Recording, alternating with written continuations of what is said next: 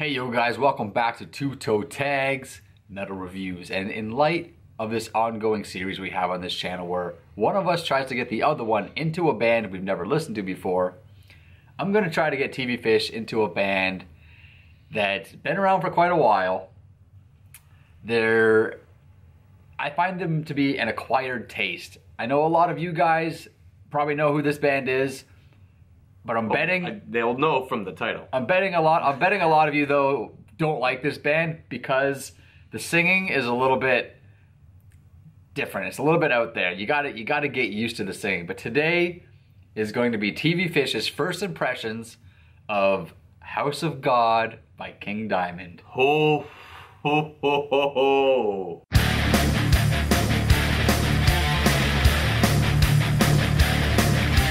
Well, all right, so Mr. Tvfish, have you ever listened to King Diamond before? very like tiny bit. You know, when we've hung out in the past and you played a little bit of King Diamond for me, just a tad bit, and that was a long time ago too, so I'm practically blind to King Diamond. Interesting pick, because I was thinking like, what's he gonna show me, and I know you like King Diamond a lot, so I'm like, oh, okay, so that's the direction we're going. I find that interesting. Yep, so I chose House of God for a few different reasons, but we're gonna go listen to this album for his first time in its entirety from beginning to end. And when we get back, we'll share our thoughts. I'll give you guys my reasons of why I picked this album, and he'll give you his first impressions on the album. So we'll be back in just a minute, stay tuned. Hey guys, we're back. We just listened to House of God in its entirety. And I'm gonna just, for a minute here, just explain why I picked this album specifically. So King Diamond, I'm pretty sure all of his albums are concept albums. This one obviously is a concept album. And I just liked the story behind this album. I thought it was kind of cool. It's based on some real life stuff that kind of doesn't really tie into the story that much. It's kind of weird, but basically the story is this guy was, I guess he was sentenced to death, but he escapes. You know, he's tortured and he's crucified, but he escapes and he smuggles across the sea to France. And he ends up getting lost in some hills. He's wandering around and he's being hunted by wolves. And then this one like different wolf comes out, and it's like it's got different fur and it's got glowing eyes, and it says, "Hey buddy, follow me." And he looks at this wolf's talking to him. So he's like, "Well, I'm gonna follow this wolf." So he follows this wolf. Wolf leads him to a church, a really weird church. He's like, "I've never seen a church like this before." So he goes in the church, and the wolf transforms into this beautiful woman. They fall in love at first sight. They have a romantic relationship in the church, and then she reveals that she's cursed. She's made a pact with the devil to guard that church. Now, in this pact, she's free to leave, but if she leaves, she dies. And in order to leave, she has to find a replacement for herself.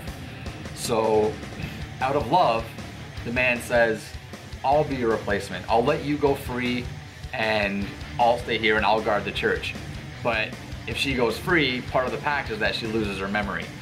So she leaves, she forgets all about the man, and now the man's left alone in this church. He still remembers her, but he's all alone by himself. So he starts going crazy. He's tied to this church. The love of his life has now left. He's going absolutely mad, so he says, you know, fuck this, I'm done. He starts destroying the church, just starts ransacking the whole place, tearing the walls down and all this stuff. And amongst destroying it, he finds a hidden passage. So he goes down to the passage, finds a catacomb. Human remains are all in there. He's hearing voices and weird spirits are appearing and stuff like that.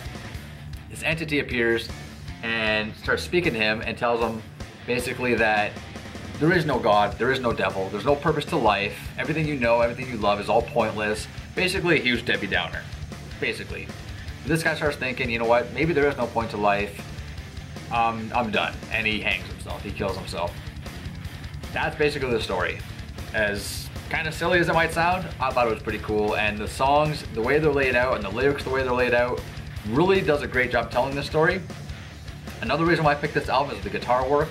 Really fantastic guitar work throughout this whole album. We got guitar work from Angren Rock, who's basically King Diamond's, you know, his main guitarist throughout the whole discography. But he also did a short stint with Death back in the early 90s. He was actually the guitar player on Individual Thought Patterns, which is, I know, is a lot of people's fan favorite albums for Death. And also Glenn Drover was also on this album, and he later on, after this album, went on to join Megadeth. So two very good guitar players are on this album. You can hear lots of solos, so 2 solos on almost every song. Yeah, really cool. That was a common theme I found. But I'm gonna stop blabbing now. I'm gonna hand it forward to Tvfish, and we'll get your first impressions. What'd you think? So, this album I felt, I don't want to say a roller coaster that just went down, but I feel this is a very consistent album. Because it starts, it opens up, you know, Upon the Cross, which I love the ambience, I love the atmosphere it built, pardon me, the atmosphere that it builds. It's like, oh my god, like shit's about to go down. It really sets the tone. And then the trees have eyes.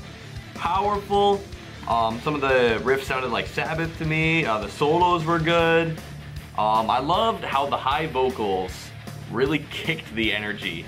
Like when it's really going, it puts it at another level, and it's so powerful. I really like that, and I feel, you know, when you're saying it's an acquired taste, that's what you're getting at when you mean acquired taste, is the voice. I like the voice. I don't mind it at all. I understand why some people might not. It might get screechy and annoying. Yeah. But for my purposes, I enjoyed the voice, so it did not get stale on me. What kind of did get stale was just the songs started to just sound the same to me, which, you know, is not a terrible thing, because a consistent sounding band is not bad. It's just later on, like some of my notes for songs like, let me see here. Which one? I know there was one, yeah, like Just a Shadow. Cool groove, hard to comment any further, because it's like, yeah, I can enjoy listening to this. This is not a bad song, it's just, nothing's jumping out at me. It's just something cool to put on. I think the more you listen to it, the more things will jump out at you. Of course. And I think you will start to find individuality in the songs, which is something we talk about in a lot of our reviews. But that's a specific song where it took me a while to listen to it and go, there's actually some cool parts in this song. I actually like that a lot. And then by noticing those parts, you start going, wow, this is actually a pretty good song. Yeah, of course, albums will grow after further listens, but this is just after the first listen. Yeah. My favorite was, like, my highest rated songs was a tie between 3, and that's The Trees Have Eyes, Help, and The Pact. So, to comment on The Pact, I am a huge fan of 6/8 metal riffs. Iron Maiden does it all the time. I love it. Every time I hear it, when this song comes in with it, I just feel like I'm at home. Yep. It's so enjoyable. It does flatten out to a groove in 4, but that's also a sick groove, so it's just very, very fun to listen to. I already commented on The Trees Have Eyes being a really, you know, kicking the gate open. Yeah, I love that song.